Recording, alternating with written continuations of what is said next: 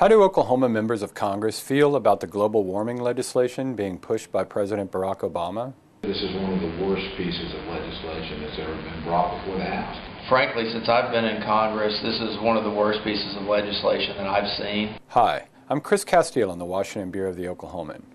The U.S. House is taking on climate change with a bill that even its supporters acknowledge will raise energy prices for all Americans. If the bill, or something like it, ultimately becomes law, it will mean higher fuel and utility bills for millions of people and businesses, and, possibly, a dramatic reshaping of the nation's energy use. For many, it's change that's long overdue. Less reliance on fossil fuels and more emphasis on renewable sources of energy like wind, which is abundant in Oklahoma.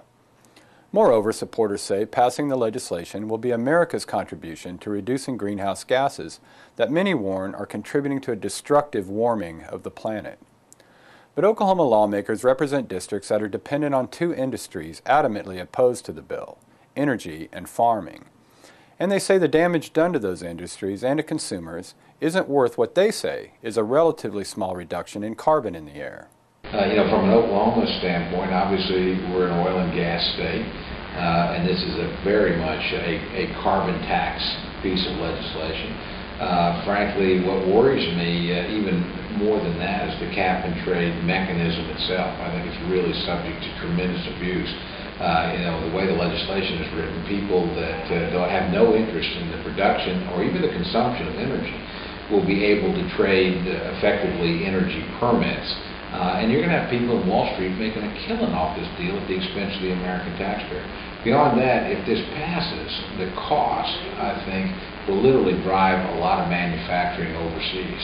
And we're going to see some real job loss as people move into other areas that have a very different energy tax and price structure than the United States does. So it's a really ill-conceived and a tough economic time, and I think that the impact of this is minimal, in terms of global climate change. What you really need to do is make the investment in additional technology and research. I mean, you're not going to change a carbon-based energy economy until you have something that's cheaper.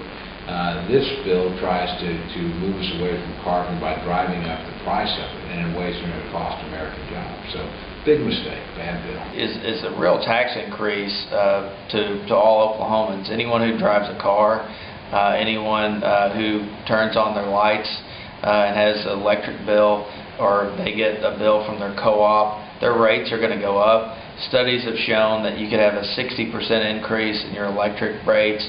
You could have $1 or more a gallon for gasoline added to your bill with this climate change piece of legislation. I think it's the worst thing that we can do is raise taxes in the middle of a recession. President Obama and House Speaker Nancy Pelosi pitched the bill this week as a jobs bill, one that would create a thriving new industry devoted to moving the nation into a new era.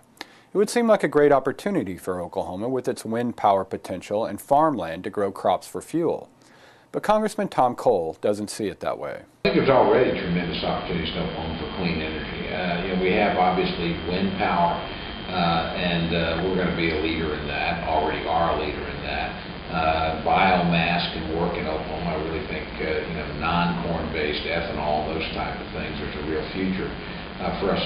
But I think those things will be there anyway, and I'm not sure there's anything in this legislation that particularly fosters that.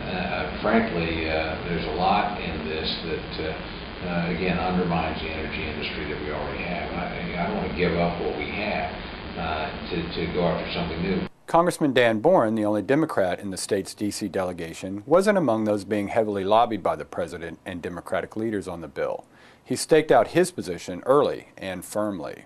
I let my leadership know early on that I was going to be opposed to the bill, and that I couldn't go home to Oklahoma if I voted for this bill. I literally couldn't go home because I think it would be just a betrayal to my constituents. Congresswoman Mary Fallon and Congressman Frank Lucas have also come out strongly against the bill and plan to vote against it. Congressman John Sullivan is opposed to the bill but is currently on a leave of absence. Look for more on this story in the Oklahoman.